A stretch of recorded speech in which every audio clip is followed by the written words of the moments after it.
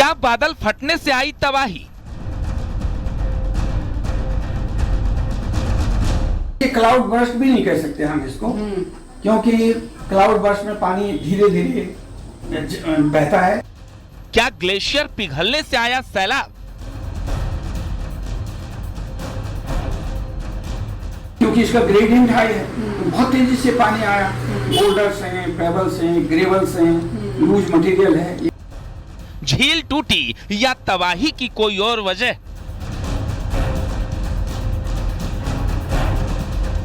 पानी कहां से आया? तो इसका मतलब ऊपर कोई न कोई ताल टूटा है, कोई छोटा मोटा ताल रहा होगा, टूटा, टूट करके बहा। धराली की तबाही की 3 थ्योरी।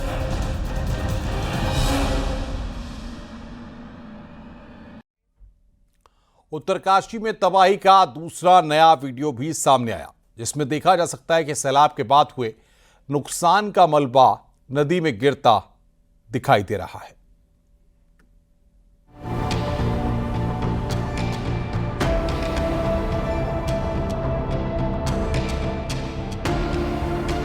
उत्तरकाशी जिले में बसी धराली गांव में आई तबाही ने मौसम वैज्ञानिकों को हैरान कर दिया है।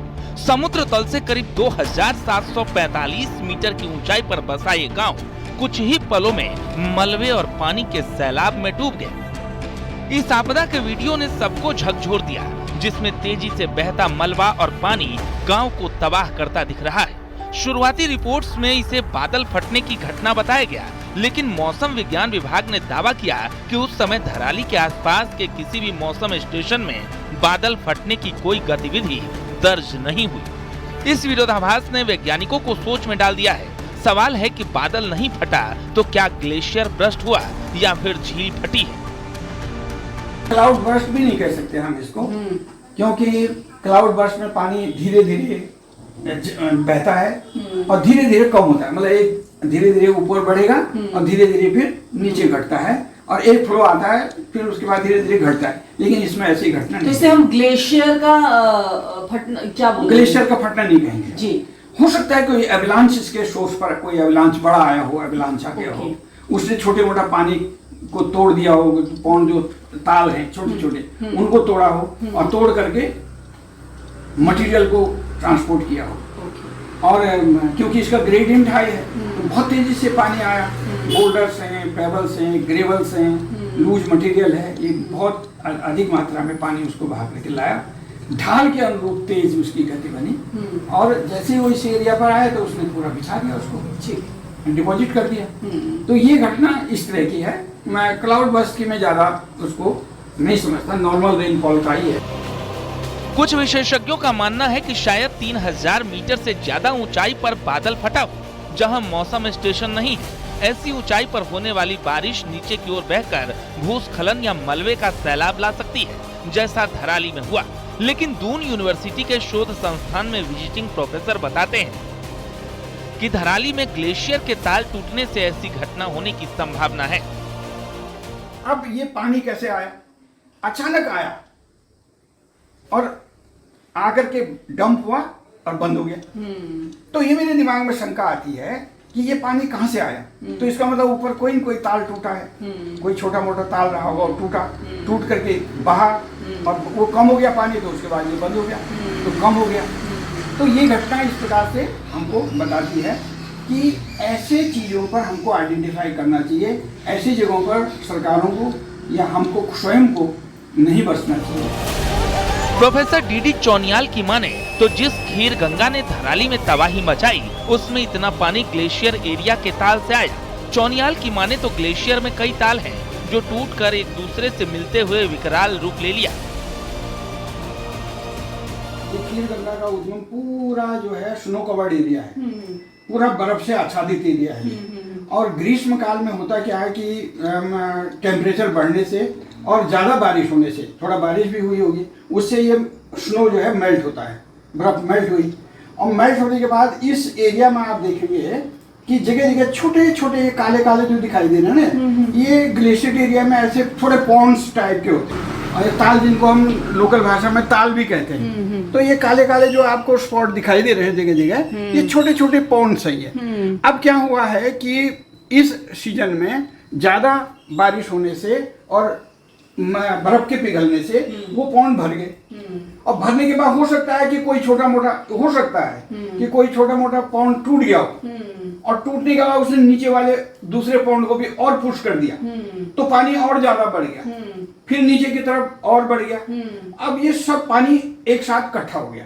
इकट्ठा होने के बाद इस एरिया में होता क्या है कि ये जो मोरेनिक मटेरियल होता है, ग्लेशियर के द्वारा लाया गया अनकंसोलिडेटेड मटेरियल होता है, सब बिखरा हुआ, बोल्डर्स, पेबल्स, ग्रेवल्स, सैंड सब होता है उसमें। वो बहा करके लाया, जब पानी आया तो वो मटेरियल लूज मटेरियल बहा करके गया, ये गया नीचे की साइड में। और यहाँ खास बात यह है कि जो ये नदी है खीरगंगा, इसका ग्रेडियंट भी बहुत हाई है।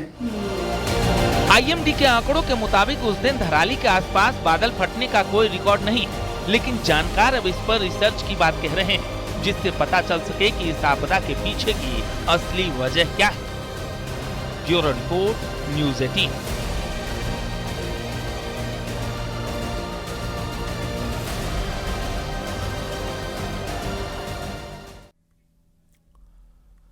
धराली की ढीली एलुवियल मिट्टी और खड़ी ढलानें इस तरह की आपदाओं को और खतरनाक बनाती हैं। एक्सपर्ट का मानना है कि बादल फटने जैसी घटना इतनी विकराल नहीं हो सकती। ग्लेशियर में तार टूटने की बात कही जा रही है, लेकिन क्या है इसके पीछे की असली वजह? क्लाइमेट चेंज, पहाड़ से छेड़छाड़ या फिर प्राकृतिक आपदा? देखिए रिपोर्ट।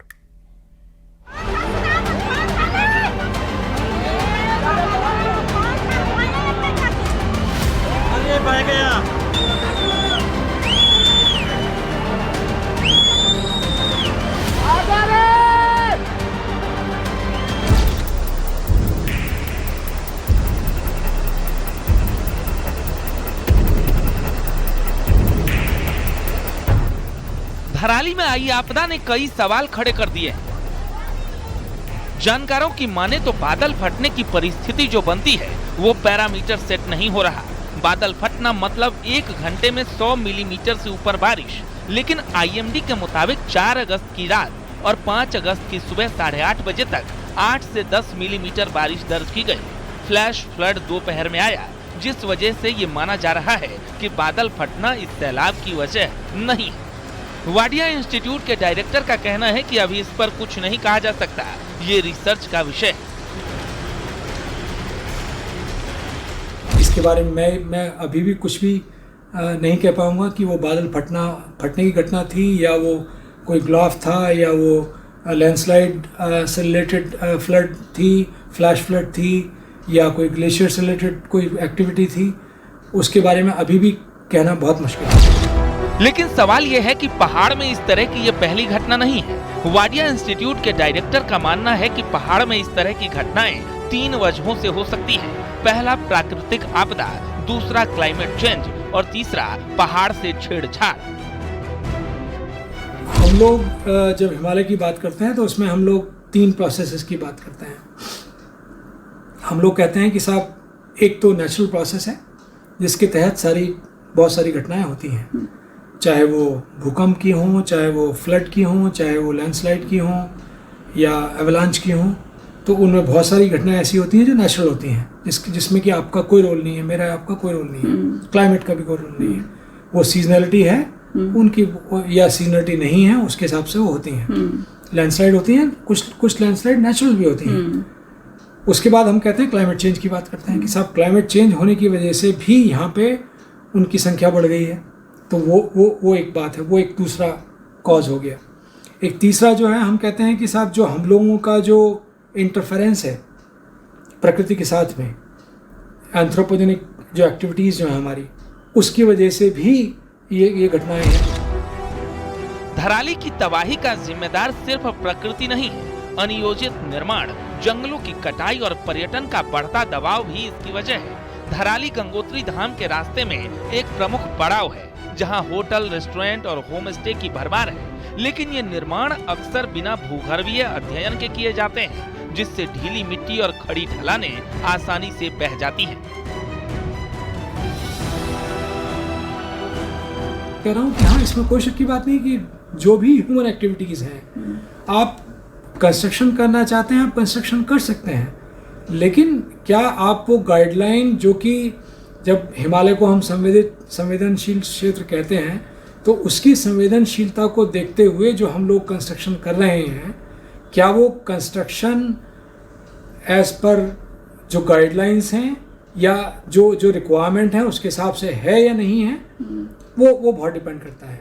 तो आप कोई भी एक्टिविटी करेंगे, अगर आपने उसकी पर्वतों की संवेदनशीलता को ध्यान नहीं रखा तो आपको नुकसान होगा, इसमें कोई शक की बात नहीं। धराली फ्लड प्लेन में बसा है। धराली के पीछे 1.5-2 किलोमीटर लंबा और बेहद घना जंगल है। जिस खीर गाड़ से फ्लैश फ्लड आया वो उन्हीं जंगलों से होकर गुजरता है। जानकारों की माने तो बादल फटने पर आने वाली फ्लैश फ्लड पहले धीमी होती है, फिर तेज और बाद में फिर धीमी हो जाती है। लेकिन धराली से जो तस्वीर सामने आई वो बेहद ही चौंकाने वाली है।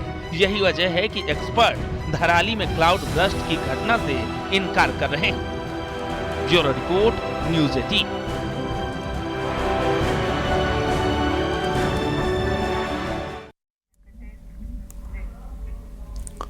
रुक रहे हैं यहां पर ब्रेक के लिए। खबरों का सिलसिला लगातार जारी है।